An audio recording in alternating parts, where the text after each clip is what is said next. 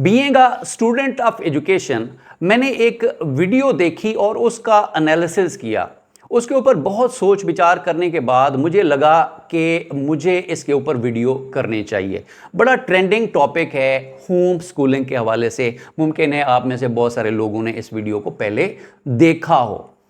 Home schooling, आइए हम देखते हैं कि होम स्कूलिंग क्या ये एक ऐसी रियलिटी है कि फ्यूचर के अंदर जो बच्चे हैं वो ज़्यादातर घरों के अंदर एजुकेशन हासिल करेंगे और माशरे के अंदर जो मामलात हैं, जो चीटिंग है, माशरे के अंदर जो मसाइल हैं, स्कूलों के अंदर जो प्रॉब्लम्स हैं, उनसे बचा के हम बच्चों को एक आइडियल सिचुएशन के अंदर, आइडियल इन्वायरमेंट के अंदर रखते हुए उनकी मॉरल वैल्यूज़, उनका करेक्टर, उनकी लर्निंग, उसको बेहतर बना सकते हैं।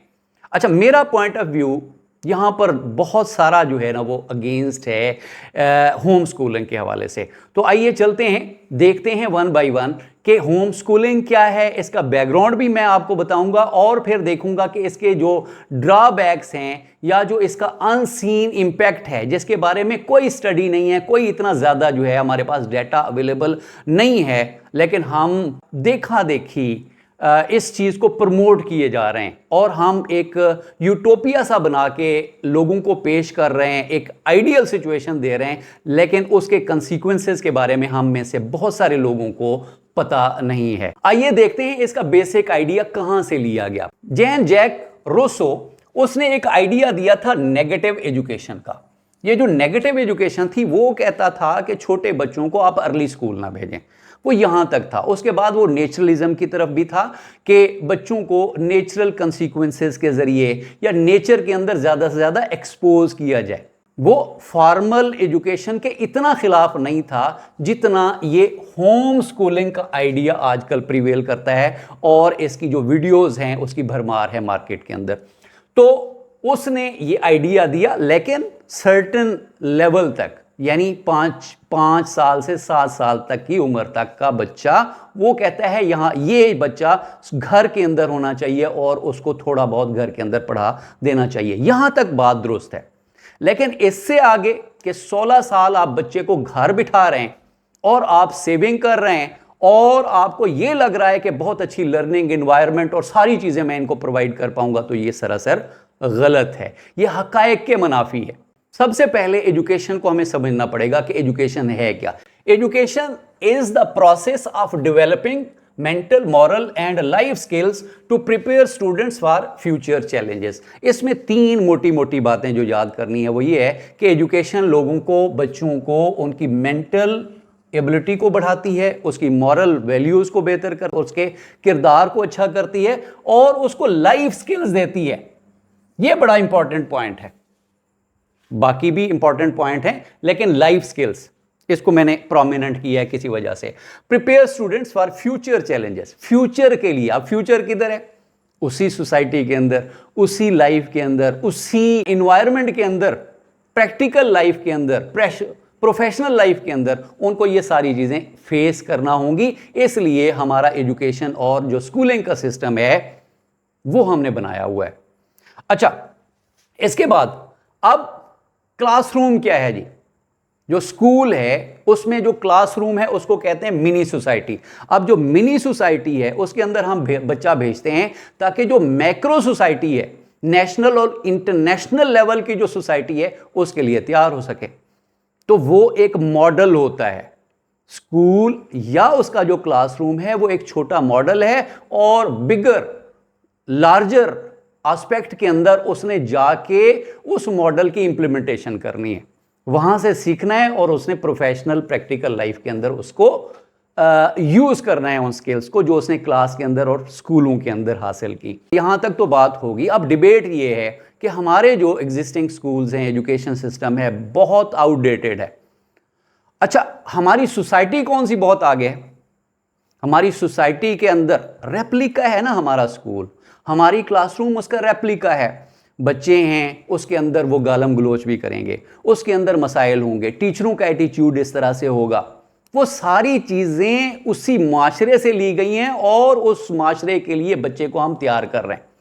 वहाँ पर बुलिंग भी होगी, बाज़ औक़ात अब्यूसिव लैंग्वेज भी होगी, मैं सारी चीज़ें एडमिट करता हूँ। लेकिन उसके बाद आपने भेजना किधर है जी? आप आप उनको बच्चों को यूरोप के किसी कंट्री में भेजेंगे, आइसोलेटेड जगह के ऊपर रखेंगे, आप पहाड़ों के अंदर एक खूबसूरत घर बनवा दीजिएगा और वहां पर जाके वो कोई भी चीज उनको फेस ना करना पड़े अगर आपने उनको होम स्कूलिंग करवानी है तो इसी मुआशरे के स्कूल हैं, इसी मुआशरे के बच्चे हैं, यही वो टीचर हैं जो बच्चों की ट्रेनिंग कर रहे हैं। जो उसके अंदर बुराइयां हैं वो उसका ये हाल नहीं है कि हम बच्चों को घर बिठा लें।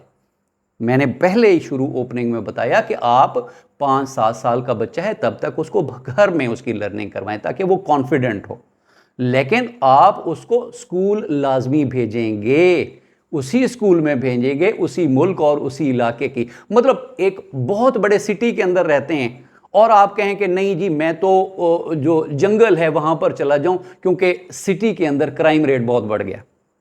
और भाई आपने फेस करना है और आपने ही दुरुस्त करना है, आप स्टेक होल्डर हैं, आप अपना रोल प्ले करें या आइसोलेशन के अंदर चले जाएं। तो ये पॉइंट जो है समझने के काबिल है। इसके बाद जनाब अब देखते हैं ड्रॉबैक्स ऑफ होम स्कूलिंग, वो क्या है। यानी मैं एग्जिस्टिंग जो एजुकेशन सिस्टम है, हमारा जो स्कूलिंग सिस्टम है, मैं बहुत बड़ा क्रिटिक हूं उसका, मैं उसको बहुत ही नागवार तस्वर कर, उसके बावजूद मैं इस बात का हामी कतन नहीं हूं कि बच्चों को घर में बिठा दिया जाए। बच्चों ने वो लाइफ स्किल्स नहीं सीखनी, घर के अंदर बच्चे डरबे के अंदर बंद होंगे। तो इसमें क्या क्या मसाइल होंगे जो ड्रॉबैक्स होंगे होम स्कूलिंग के। It looks attractive but need more research to see impact. अब हमने फ्यूचर देखा नहीं, जो बच्चे हमने घर बिठाए हुए ना होम स्कूलिंग के नाम से, अब फ्यूचर में उनके साथ क्या होगा, मुआशरा कैसे बिहेव करेगा, तो कोई इसके बारे में कंप्रीहेंसिव स्टडीज नहीं, चंद एक स्टडीज मैंने देखी हैं, इसके अलावा कोई इसके ऊपर कंप्रीहेंसिव काम नहीं है। उसके ऊपर भी जो होम स्कूलिंग छोटे लेवल तक, यानी आप जो केजी वगैरह है या यहाँ तक कि जो नर्सरी प्रेप, यहाँ तक बच्चों को तैयार करवा देते हैं और आगे जनाब आपको फिर स्कूल ही भेजना पड़ता है। तो इसके ऊपर ज़्यादा हमने इसका इम्पैक्ट हमें मालूम नहीं है, तो हम ऐसा मशवरा ना दें जो बाद में जाके लोगों की आंखें खुलें कि जी हमारा बच्चा तो इस तरह से हो गया, उसको बड़े मसाइल हुए। अब कौन कौन से मसाइल आए जी। कंट्रोल्ड इन्वायरमेंट के अंदर बज़ाहिर तो बड़ा खूबसूरत बात है जी, कंट्रोल्ड इन्वायरमेंट है, ना उसने गाली सुननी है, ना उसने कोई जो है ना उसके साथ बुलिंग होनी है बच्चे के साथ, बहुत ही ज़बरदस्त किस्म का हम उनको माहौल प्रोवाइड करेंगे और बच्चों की जो ग्रोथ है बड़ी ज़बरदस्त और डेवलपमेंट, उनकी मेंटल, सारा दिन उनको किताबें देंगे तो सारा कुछ ये हो जाएगा। उससे होगा क्या जी कि controlled environment is suitable for broiler. ये चिकन के लिए ठीक हो सकता है, ब्रायलर बनाने हैं आपने बच्चे तो ज़रूर उनको घर बिठा दें और 16 साल तक आप अपने पैसे बचा लें।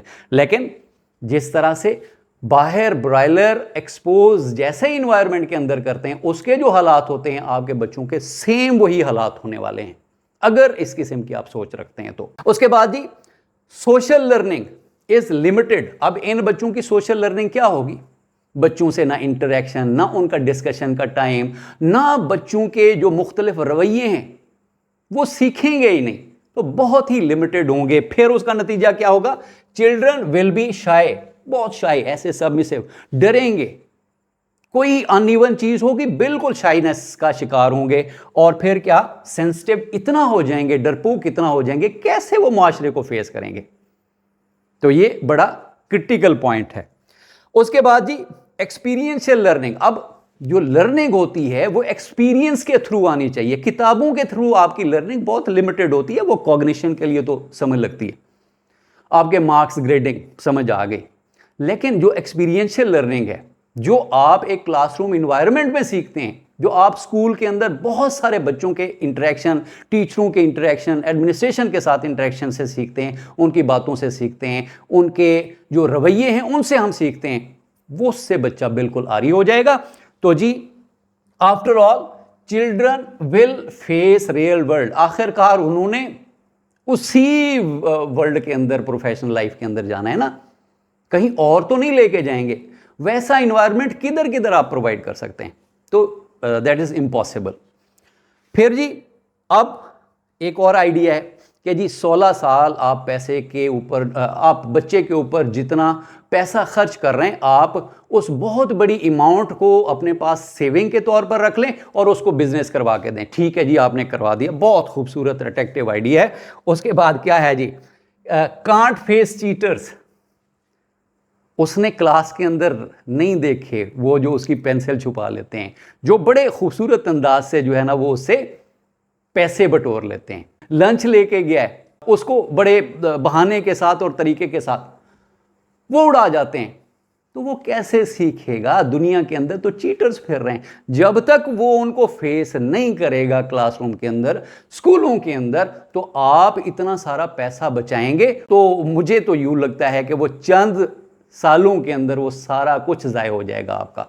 तो बच्चे को अगर आपने प्रैक्टिकल लाइफ के लिए, आपने उसी दुनिया के लिए, उसी सोसाइटी के लिए तैयार करना है, तो उस सोसाइटी के बेहतर स्कूलों में आप वहां पर उनको भिजवाएं, उनसे बातचीत करें। आप स्टेक होल्डर हैं, इस चीज का सोल्यूशन की तरफ हमने जाना है। हाँ, आप एडिशनल होम स्कूलिंग कर सकते हैं, थोड़ा बहुत उनका मॉरल, उनके जो मुख्तलिफ ट्रेंड्स हैं, जैसे मेटाकॉग्निशन, इस किस्म के कॉन्सेप्ट्स पे काम करवाया जा सकता है। लेकिन टोटली आप उनको आइसोलेशन के अंदर अगर उनकी आप ग्रोथ और डेवलपमेंट करेंगे तो ये एक एब्सर्ड सा ख्याल है। इसका मैं तो कम अज़ कम हामी नहीं हूँ। तो जब भी आपने ये कोई मशवरा देना है, लोगों तक अपनी बात पहुंचानी है, तो कम से कम वो फैक्ट बेस्ड होनी चाहिए, फैक्चुअल होनी चाहिए, डाटा ड्रिवन होनी चाहिए, ताकि लोग आपका मशवरा सुन के कोई गलत डिसीजन न ले लें। जो भी डिसीजन आपको बेहतर लगता है वो लें। मैंने अपनी राय रखी बतौर एजुकेशनिस्ट। मैं समझता हूँ कि ये मेरे लिए लाजमी बन गया था कि इसको ऊपर मैं रिस्पॉन्ड करूँ। तो आपका टाइम देने का बहुत बहुत शुक्रिया। उम्मीद है वीडियो आपको पसंद आई होगी। चैनल पे नए हैं तो इसको सब्सक्राइब कीजिएगा, और अगर वीडियो कुछ पसंद आई है, अगर मेरी बातें आपको अच्छी लगी हैं, तो इसको ज़्यादा से ज़्यादा शेयर कीजिएगा ताकि किसी आदमी का नुकसान ना हो जाए। Thank you very much.